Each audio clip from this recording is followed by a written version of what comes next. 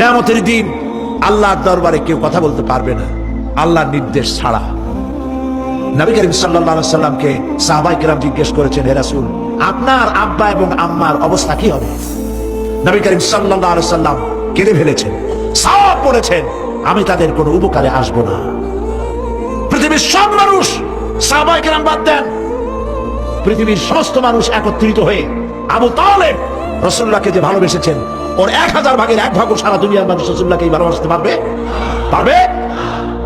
নিজের ছেলে আলীকে, আলী রাদিয়াল্লাহু তাআলা আনহুকে আলাদা বিছানায় শোয়াইয়া, ছোট্ট মানুষ হযরত আলী আলাদা জায়গায় রাখিয়া মুহাম্মদুর রাসূলুল্লাহ সাল্লাল্লাহু আলাইহি সাল্লাম এতিম মানুষ তারে কলিজার সাথে বুকের মধ্যে আশ্রয় দিয়ে আগলে রেখেছেন বুক পড়ে।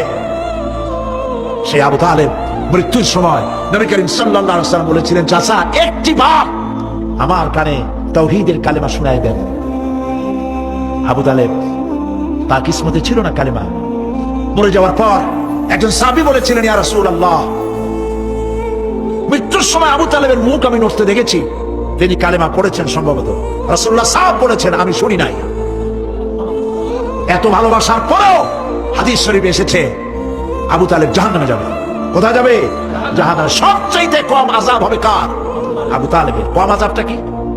হাদিস শরীফে এসেছে কম আযাব হলো জাহান্নামের আগুন দিয়ে এক জোড়া জুতা তৈরি করে আবু তালেবের পায়ে পরিয়ে দেওয়া হবে। সেই জাহান্নামের আগুনের তৈরি করা জুতার তাপে আবু তালেবের মাথার ঘিলুগুলো টকবক করে বউ পড়তে লাগবে। এত ভালোবেসে যদি কিয়ামতে উপায় না হয়, আপনি ইয়া নবী সালাম আলাইকা, ইয়া রাসূল সালাম আলাইকা আর কতগুলো জিলাপি খাইলেন, বড় একটা মিছিল করলেন। প্রিয় ভাই সব, এইসব বিদআত ছাড়ুন, এগুলি সুস্পষ্ট বিদআত। রাসূলুল্লাহকে ভালোবাসবেন, সাহাবীরা যেভাবে ভালোবেসেছেন ওইভাবে ভালোবাসবেন।